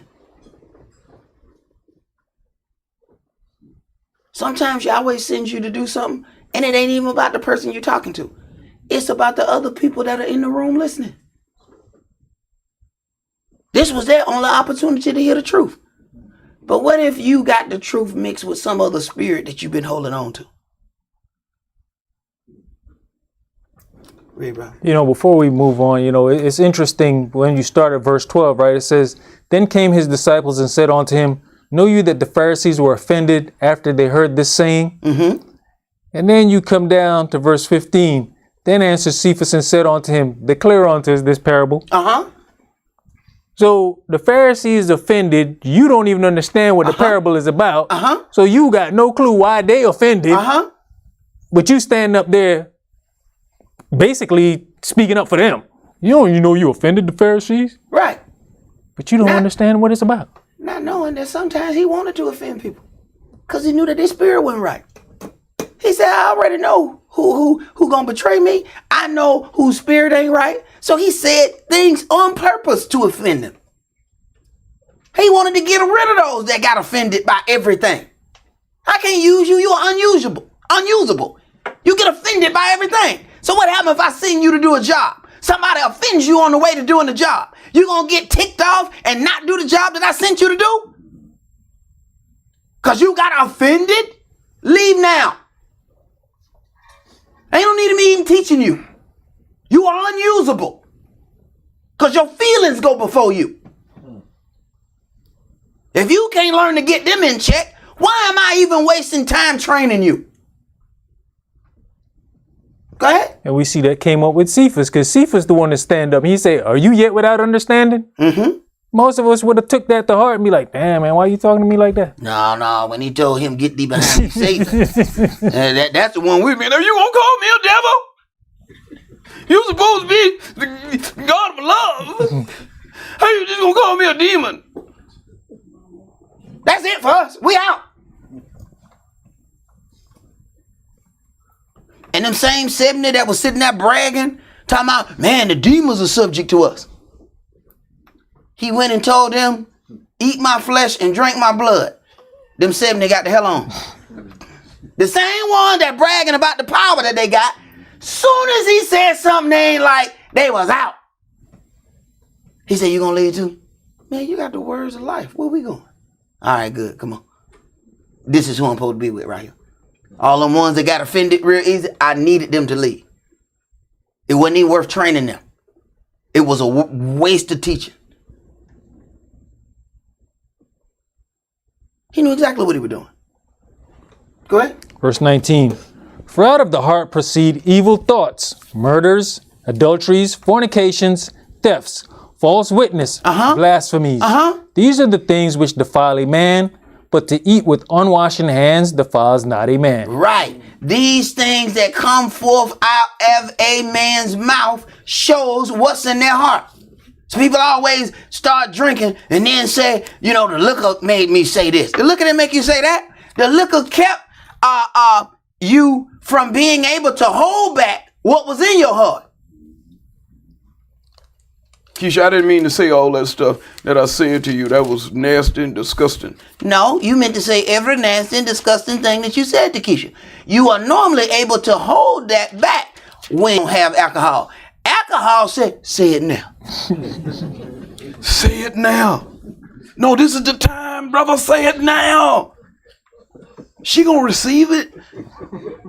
See, alcohol convince you. I'm telling you, she gonna receive it today. Say it. Now say that other thing that you was thinking yesterday. Oh yeah. Then you wake up in the morning and want to apologize. Keisha, gotta talk to you. I didn't really mean it. Yes, you did. Yes, you did. You meant every word of it. You just wasn't able to hide. Your defenses wasn't as good once you had drink number 3. See? Your defenses on hiding that wasn't as good once you got to drinking. But don't blame it on alcohol. Now the alcohol got to go to judgment. Next up for judgment, we got Seagram's gin. Seagram's. Now testify what you did. I have made many men do a lot of things. No. Y'all, we're not going to have Seagram's gin at judgment. Okay? Go ahead, brother. We finished that? Yes. All right. Let's go to Judges chapter 9.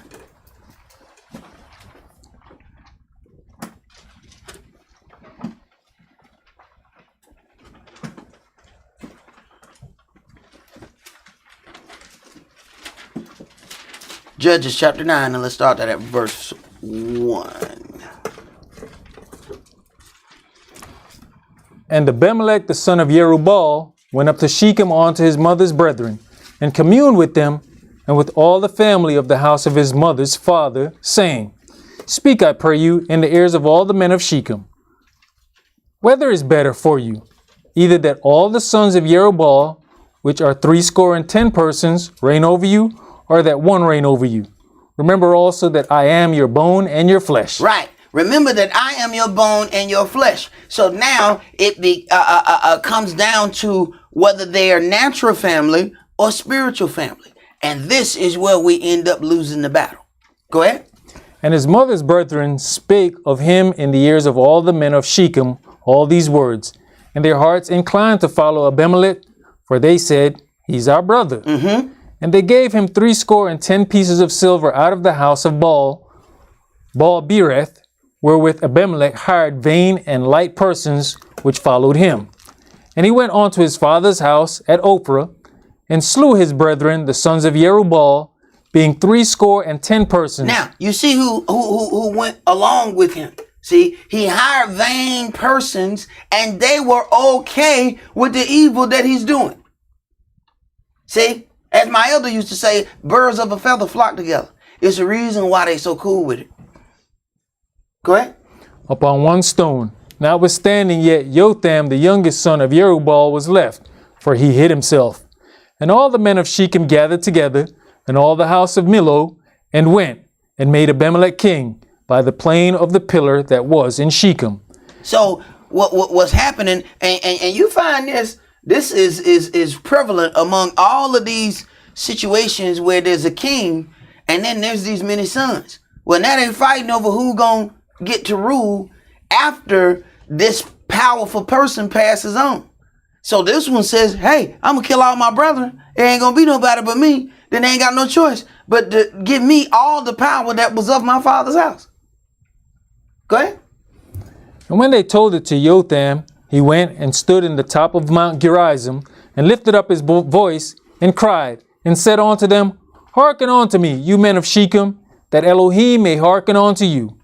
The trees went forth on a time to appoint a king over them, and they said unto the olive tree, Reign you over us. But the olive tree said unto them, Should I leave my fatness, wherewith by me they honor Elohim and man, and go to be promoted over the trees? And the tree said to the fig tree, Come you, and reign over us. But the fig tree said unto them, Should I forsake my sweetness and my good fruit, and go to be promoted over the trees? Then said the trees unto the vine, Come you, and reign over us. And the vine said unto them, Should I leave my wine, which cheers Elohim and man, and go to be promoted over the trees? Then said all the trees unto the bramble, Come you, and reign over us. And the bramble said unto the trees, If in truth you anoint me king over you, then come and put your trust in my shadow. And if not, let fire come out of the bramble and devour the cedars of Lebanon. Now therefore, if you have done truly and sincerely, in that you have made Abimelech king, and if you have dealt well with Jerubbaal and his house, and have done unto him according to the deserving of his hands, for my father fought for you, and adventured his life far, and delivered you out of the hand of Midian. And you are risen up against my father's house this day, and have slain his sons, 70 persons, upon one stone, and have made Abimelech, the son of his maidservant, king over the men of Shechem, because he is your brother. So then you see what happens then. What happens is his father then has this one son by a woman that is of these people. So then this is why he says he is of your brother. So now this is why he goes and says, look, it is better for me that I kill all my brethren than y'all will have somebody that's in charge that's close to y'all, because he brought forth me from my mama, but she is your folks, not they folks. Go ahead. If you then have dealt truly and sincerely with Jerubbaal and with his house this day, then rejoice you in Abimelech, and let him also rejoice in you. But if not, let fire come out from Abimelech, and devour the men of Shechem and the house of Millo. And let fire come out from the men of Shechem and from the house of Millo, and devour Abimelech. And Jotham ran away and fled, and went to Beer, and dwelt there for the fear of Abimelech his brother. When Abimelech had reigned 3 years over Israel. 3 years. Now he done killed all his brethren so that he can get power. And he has reigned 3 years. See, Yahweh deals with things when he want to deal with them. There's other things that are going on that we are not in control of. We want a righteous judgment to be executed swiftly. But there's some things that Yahweh like, not yet. No. I got a few more things they need to do. Go ahead. Then Elohim sent an evil spirit between Abimelech and the men of Shechem. He waited 3 years. Then he sent the evil spirit. See, Yahweh will sit on something. Go ahead. And the men of Shechem dealt treacherously with Abimelech, that the cruel... The same ones that he called to do other evil with. See, this is us. We okay hanging with evil people until they do evil against us. But you knew they was evil. When somebody is okay to do all kind of dastardly deeds, what make you think that they're not going to do it to you? No, see, we were stealing together. See, that's different. Okay. So it was okay when they stole over there. You don't think they're going to steal your stuff? You really think that this thief has limitations? Like they're going to see your stuff, but they're not going to steal your stuff. You are sadly mistaken. They're going to steal the most from you.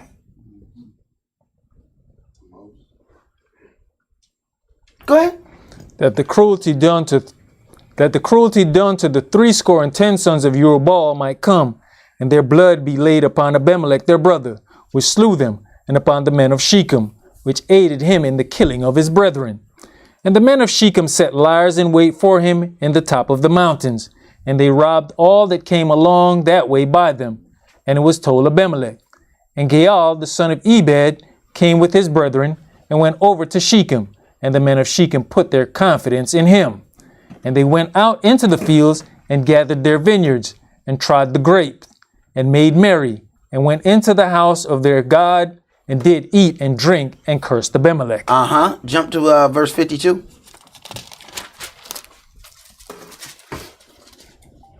And Abimelech came onto the tower, and fought against it, and went hard onto the door of the tower to burn it with fire. And a certain woman cast a piece of a millstone upon Abimelech's head, and all to break his skull. Then he called hastily unto the young man his armor-bearer, and said unto him, Draw your sword and slay me, that men say not of me, a woman slew him. And his young man thrust him through, and he died. Yo, kill me. Don't let me die from that rock. Don't let me die. Then they're going to say a woman killed me. Go ahead. And when the men of Israel saw that Abimelech was dead, they departed every man unto his place. Thus Elohim rendered the wickedness of Abimelech, which he did unto his father, in slaying his 70 brethren, and all the evil of the men of Shechem did Elohim render upon their heads, and upon them came the curse of Jotham, the son of Jerubbaal. Right. So even the people who hung out with him, Yahweh put the curse on them too. See, I don't know what we, decide we're going to understand of Yahweh's word, but he going to hold us accountable because he know what he put there. Let's go to 2 Timothy chapter 3. He didn't just get that man that killed all his 70 brothers. No. He got everybody else that they hung out with too. No, all y'all getting it. Then we're going to sit up there and think it's unfair. Can't believe Yahweh punishing me for this. You went with him, didn't you? Okay, you was hanging out with him, right? Going married, y'all was doing little things together. Right. Okay. You getting it too. 2 Timothy chapter 3. And let's start that at verse 1.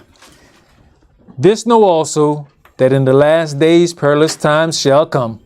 For men shall be lovers of their own selves, covetous, boasters, proud, blasphemers, disobedient to parents, unthankful, unholy. For men shall be lovers of their own selves.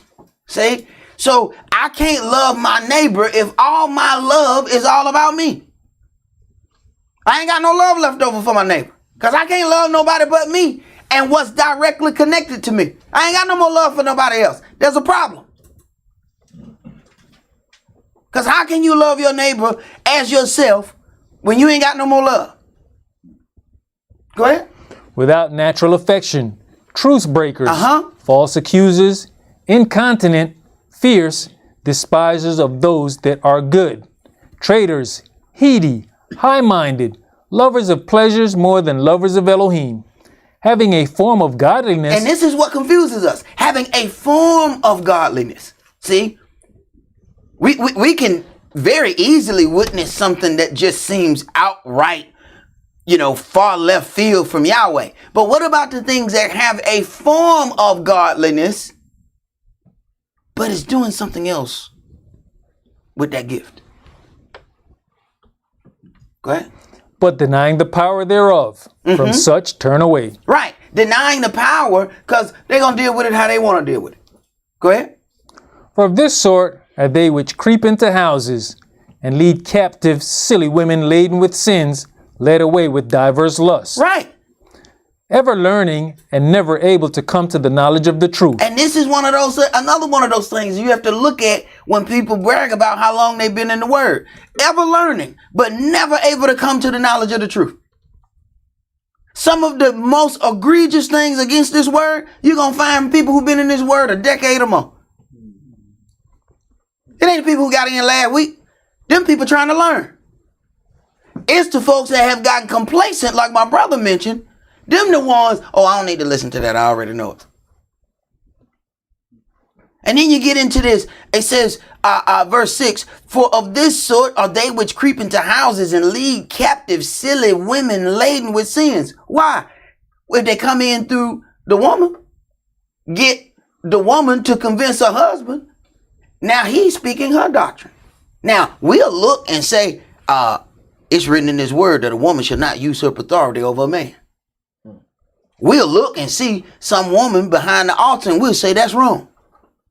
But what if the woman put her words in his ear and then he teaches her doctrine behind the altar? Is she not behind the altar?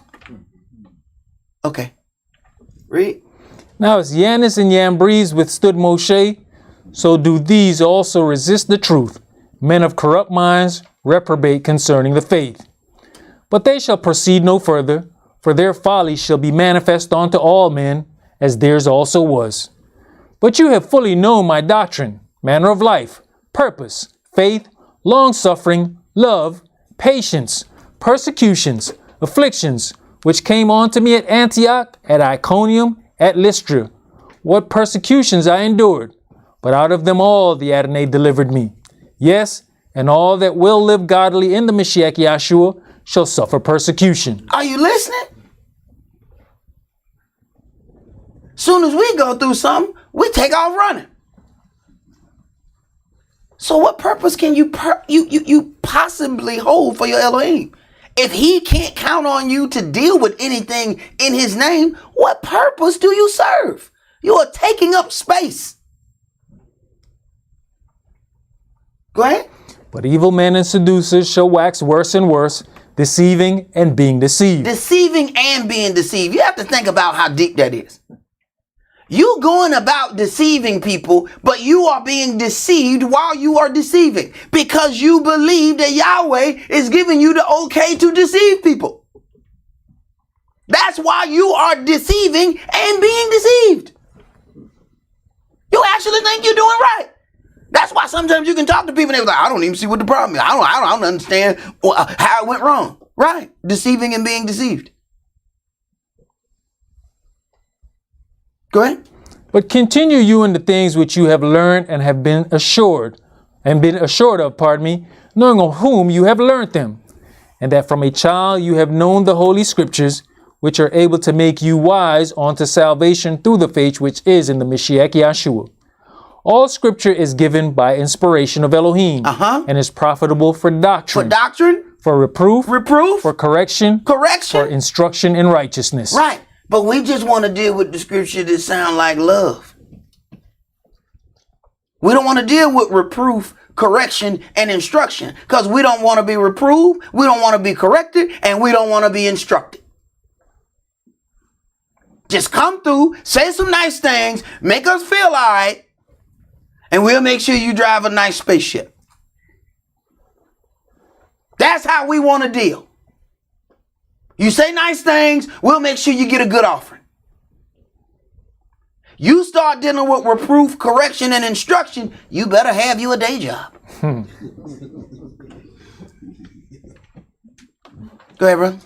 That the man of Elohim may be perfect, thoroughly furnished unto all good works. All right, let us hit a conclusion of this matter. Let's go to Ephesians Chapter 2.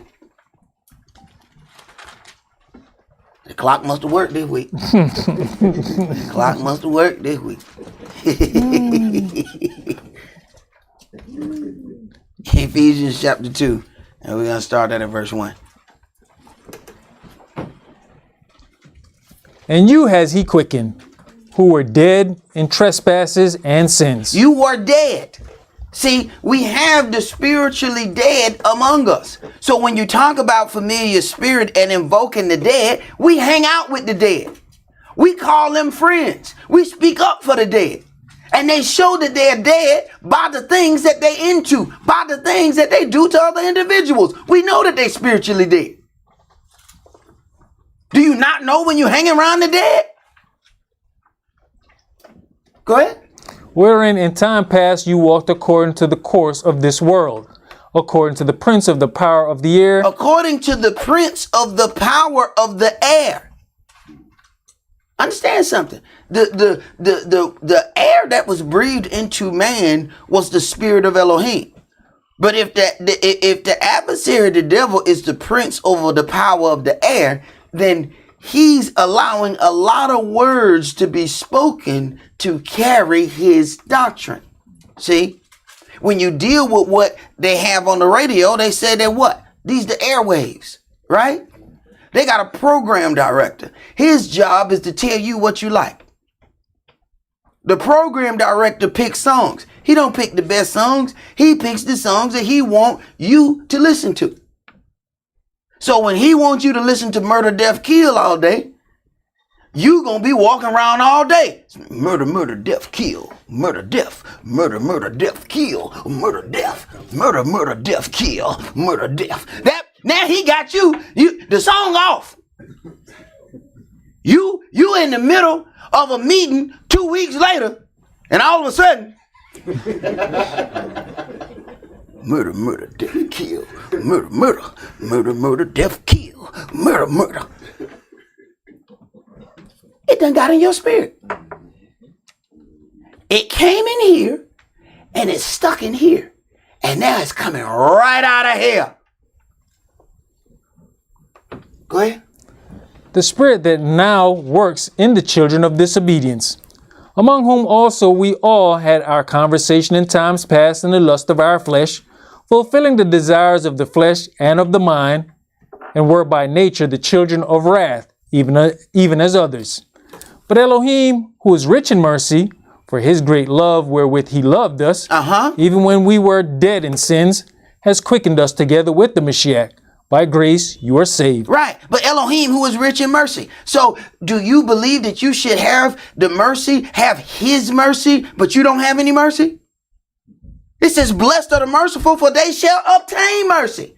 What have you done to deserve mercy? You can't just talk about what he does. What do you do? When a brother was forgiven of a debt, then he turned around and beat his other brother and told him, you better pay all you owe me. They went and told the next man and said, you remember that dude you forgave the debt from? The one you had mercy on? He turned around and beat his brother and told him, pay me all that you owe me. And he went back to that man. You, who I showed mercy, you should have showed mercy unto your brother. Now I'm going to hold your debt due the same way that you did to him. Now go to prison until you pay every dime.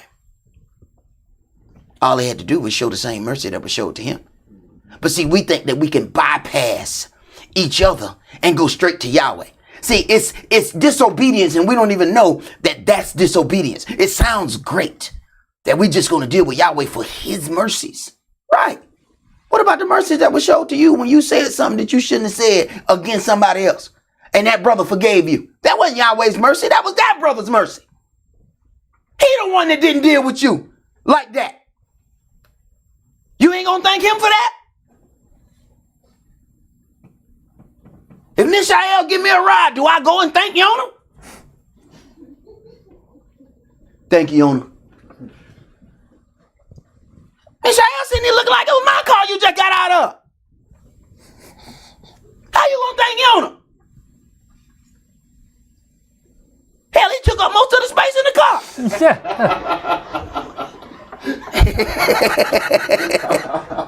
I got to stick my head out the window, you know what I'm saying? I'm thanking him for. Go ahead, bro.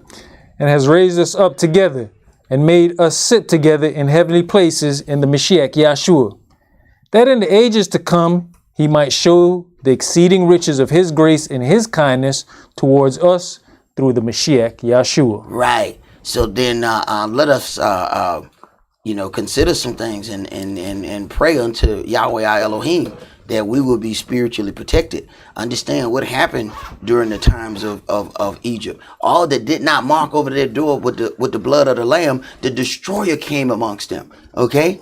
And the destroyer came amongst them. It would not go into the houses that was marked with the blood of the Lamb. What are you doing to make sure that those demons have no access to you? Because the amount that are going to come here is going to greatly increase. We can read and see that there are already demons among us. But there's going to be a great amount showing up all at once. And they need bodies. They need bodies to use to do evil things. Now consider, if he's trying to war against Israel, how fitting would it be for one of the demons to come in, inhabit an Israelite, then send one of us to go and do some harm to one of these Gentiles, and then the Gentiles war against us?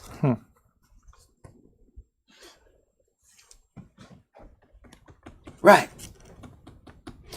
Also, new moon is tonight. Thank you for reminding me about that, brother. That's all that we're going to do for today. Remember the Sabbath to keep it holy. Shabbat shalom. Shabbat shalom.